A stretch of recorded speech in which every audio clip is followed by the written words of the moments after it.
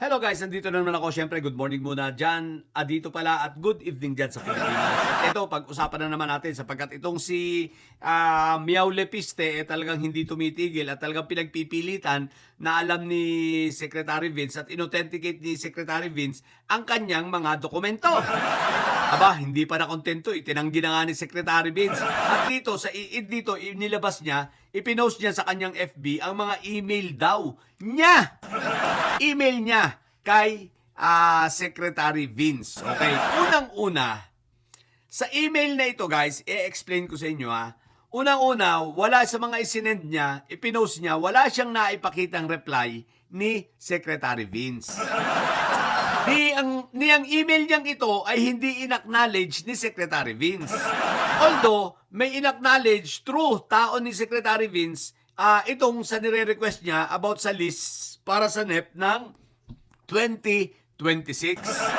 Pero, itong reply niyang ito, hindi in-acknowledge ni Secretary Vince dahil may naka-attach, maging ang attachment rito ay hindi in-acknowledge. Bakit? Ang normal na proseso po sa ganitong email dapat magre-response at sasabihin man lang sana, magre-reply sana ang pinadalan mo ng email na acknowledge receipt of your email. Diba? And all the attachment within. Dapat ganun. Wala Wala man lang reply rito si Secretary Vince. Pero paano ka ba namang re-reply? Ito kasi ang nakalaman. Shortcutin na lang natin. Tingnan natin dito sa may dulo. Ang sabi niya rito ayan I understand that DPWH has this available which can be derived from the NEP GAA. An example of this is the attached summary of the DPWH budgets per legislative district for 2025. Eto guys yun Ayan di ba yan yung dokumentong nilalabas niya at pinagmamalaki niya? Ayan. Ang tanong ko, bakit naman i-acknowledge ni Secretary Vince yan maliwanag ang sinabi mo na yan ay summary? Ibig sabihin, hindi yan authenticated, hindi yan legit, hindi yan talaga yung dokumento kasi sinamary mo. Tapos ang gusto mo, ipapa-acknowledge sa kanya, ipapa-authenticate sa kanya. Bakit niya i-acknowledge ang isang summary? Ibig sabihin ng isang summary, from original, maaaring kinuha mo, tinype mo, inilipat mo sa Excel, pero paano nakakasiguro si Secretary Vince na legit yung mga inilipat mo dyan sa summary mong yan? At saka busy si Secretary Vince para magpatingin-tingin pa niyan. So, ibig sabihin, pinapa-acknowledge mo sa kanya ang isang dokumento na summary? What the heck? Ano ba? Congressman ka ba talaga? Nag-aral ka ba, Limiste? Alam mo ba yung mga ganitong proseso? Ipapa-acknowledge mo sa isang secretary ng isang departamento, malaking departamento, summary? At ang ipinakita mo summary, tapos inaasahan mo, porque na-receive niya yung email mo, ang expectation mo ina-acknowledge na niya yung email mo? What the heck? Ang ina-acknowledge, kailangan may response pa siya ng acknowledge. Ngayon, eto, hindi porke nag-reply siya sa'yo, na nandyan hindi porke nag-reply siya sa'yo, na pinadalan ka ng copy ng NEP, ibig sabihin nun, ina-acknowledge na niya yang nasa ibaba mo. Hindi po ganun yun. Excuse me Congressman Lepiste, nag-aral ka ba o ano? Di ba may malaki kang kumpanya, may korporasyon ka, ba't hindi mo alam ang proseso? Pag walang acknowledgement, automatic yan, hindi mo pwedeng panghawakan yan. Kahit pa sa email, kailangan sa email, i-acknowledge ang email mo. Hanggat walang acknowledgement sa email mo, hindi legit yan. Wala nga ang response sa'yo At ang nag-response pa sa'yo, hindi si Secretary Vince, kundi ibang tao. Diba? Tao lang niya at ang pinadala lang ay NEP. Pero hindi sinasabi na in-acknowledge yung iyong mga ibinigay na dokumento.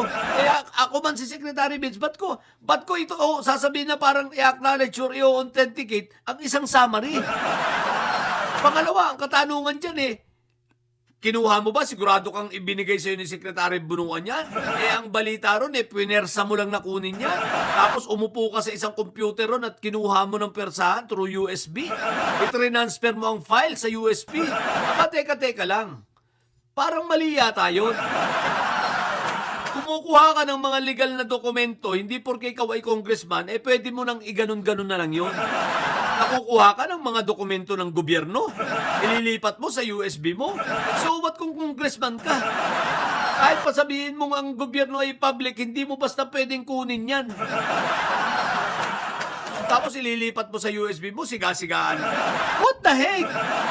So eto na guys, talagang naging bobo na itong si Libiste. Sa mga hindi makakaintindi, madadaya niya. Sa mga hindi nakakaalam ng mga proseso patungkol sa mga emails, maloloko niya. Eto, maliwanag. Ang attachment niya, ayan, summary. Tapos ang pinalalabas mo, legit na dokumento ang summary. Teka lang. Pag sinamary mo, hindi legit na dokumento yun. Dahil kinuha mo yun, maaaring kinuha mo sa legit na dokumento yun, pero hindi ibig sabihin nun, legit na dokumento na yan. Dahil posible dyan ay may mga insertion dyan, may mga modification, may mga inaccuracy. Accuracy, di ba? Bakit? Maaaring may sinangat kang kung ano-ano. Naka-highlight nga dyan yung pangalan ni Congressman Martin eh. Naka-bold pa. So, anong intention mo ron? Imbis na kung talagang summary lang yan, pantay-pantay dapat. Pero ang tanong, bakit may naka-bold? May naka-bold na pangalan. At ang pangalan ni Kong Martin. So, ibig sabihin, anong intention mo? At sa summary yan, may naka-bold na pangalan. Naka-bold ang font. O di ba ang tanga lang? Kaya wag kami, kung miyaw lipiste. Kung may tatangahin kayo, mga didilis lang yun. Hindi mo matanggap na napahiya ka, no? At hindi mo matanggap ngayon na ang taong bayan, kine-question ka sa tunay na intensyon mo. Maliwanag naman ang intensyon mo eh. Gusto mo mag-senador sa 2028? Dapat ka pa ba hanggang senador? Ngayon pa lang, lumalabas ng kabubuhan mo. Tama na yung may bobo ng senador. Ilan ang bobong senador natin dito? Sa bansa, gusto mo pa madagdagan pa ng isang katulad mo? Aba. What the heck? Ipinanganak ka lang na mayaman. Ipinanganak ka lang na may gintong kutsara sa buhanga. Pero hindi ka matalino. Bobo ka. Sa simpleng email na ito eh. Mabas ang kabubuhan mo eh. Wala nga acknowledgement si Secretary Bin sa email mo. Pinapalabas mo na porke na-receive niya. Hindi porke na-receive ng isang tao, tinatanggap na ng tao ang email mo. Tatandaan mo yan. Bobo talaga no? So ilang muna, sa mga bobong didilis at may saya dyan manatili kayong mga tatay nyo pala karton. Manatili kayong may sayan sapagkat ang may sayan ay laging high blood. Bye!